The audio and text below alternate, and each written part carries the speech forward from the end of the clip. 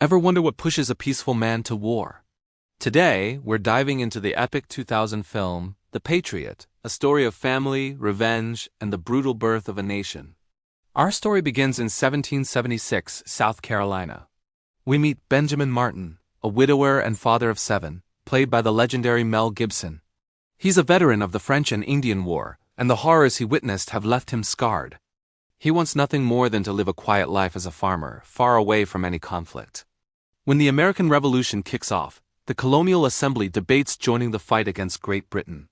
Despite his past as a war hero, Benjamin is a lone voice of caution. He argues against war, knowing its true cost.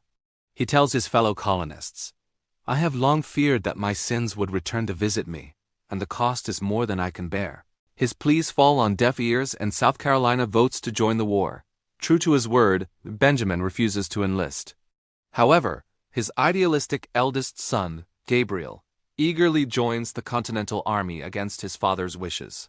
For 2 years, the war rages on, mostly in the northern colonies. Benjamin focuses on his farm and his family, hoping the conflict will never reach their doorstep. But war, as it often does, has a way of finding you. The fighting eventually shifts south. A wounded Gabriel stumbles home, bringing the war right to the Martin family's front porch. Soon after, British forces arrive, led by the ruthless Colonel William Tavington. Tavington, a character loosely based on the real-life Banastra Tarleton, is the embodiment of brutal, scorched earth warfare. He orders the Martins' home to be burned, their livestock killed, and the wounded colonial soldiers in their care to be executed. When Gabriel tries to intervene, Tavington captures him, intending to hang him as a spy. In a heart-wrenching moment, Benjamin's second son, Thomas, tries to free Gabriel. Tavington, without a moment's hesitation, shoots and kills the young, unarmed boy right in front of his father.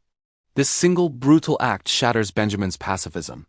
The war is no longer an abstract political conflict. It's deeply personal. The sins he feared have returned, and the cost is the life of his child. Fueled by a burning desire for revenge, Benjamin's dormant warrior instincts awaken. He retrieves his old weapons, including a tomahawk from his past war, and tells his 2 younger sons, "Stay here. I'll be back." What follows is a raw, brutal ambush. Benjamin, with the help of his 2 young boys, systematically and savagely takes down the entire British squadron guarding Gabriel.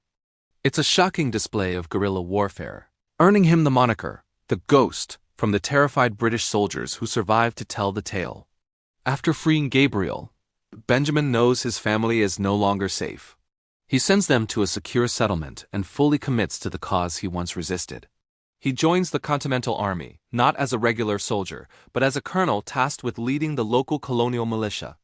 His mission, to keep the British forces, led by General Cornwallis, pinned down in the south, buying precious time for the main Continental Army. Benjamin proves to be a master of unconventional warfare. He and his militia, including his son Gabriel, use the swamps and forests of South Carolina to their advantage. They strike hard and fast, disrupting British supply lines, capturing vital intelligence, and chipping away at the enemy's morale. Tavington becomes obsessed with hunting down the Ghost, leading to a bitter and personal rivalry that escalates with each encounter. Throughout the campaign, we see the human cost of war. Benjamin's militia is a ragtag group of farmers, blacksmiths, and even a minister. They are ordinary people forced into extraordinary circumstances. They struggle with fear, loss, and the moral compromises of fighting a war. In one powerful scene, Benjamin's men are about to hang captured British soldiers in retaliation. Benjamin stops them, reminding them, "We're better men than this." He understands that to win the war, they must not lose their humanity. The personal stakes get even higher for Benjamin. He finds love and support from his late wife's sister, Charlotte, who cares for his children. This new relationship gives him something more to fight for, a future to protect. Meanwhile, Gabriel also finds love, marrying a young woman from a nearby village. But happiness in wartime is fragile. In his relentless pursuit, Tavington tracks down the families of the militia members.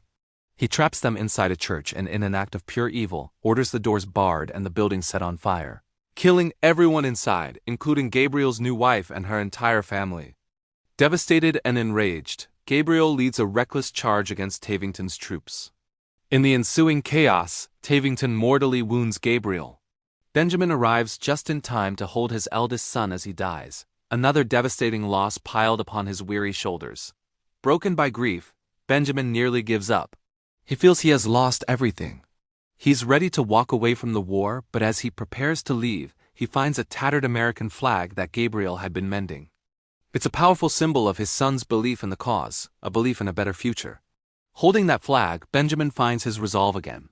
He knows he can't honor his son's memories by quitting. He must see the fight through to the end. This leads us to the climactic Battle of Cowpens, a pivotal moment in the Revolutionary War. The Continental Army and Benjamin's militia face off against Cornwallis's main British force. At first, the militia, as planned, fires 2 volleys and retreats, drawing the British into a trap.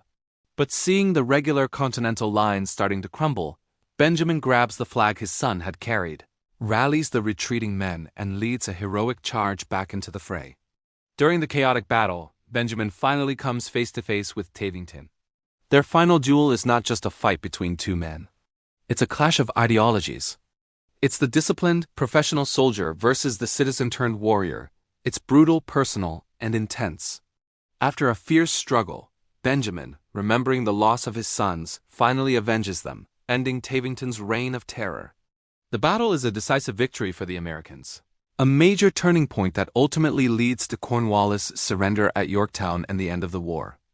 With the fighting over, Benjamin Martin returns not to a burned-out farm, but to a community of fellow soldiers and families ready to rebuild.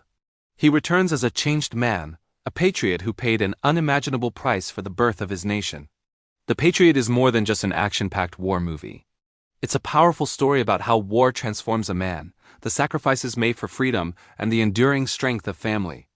It reminds us that behind the grand sweep of history are personal stories of love, loss, and incredible courage.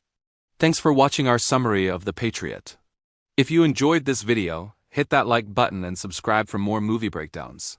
Let us know in the comments what movie you'd like to see us cover next. Until then, see you in the next video.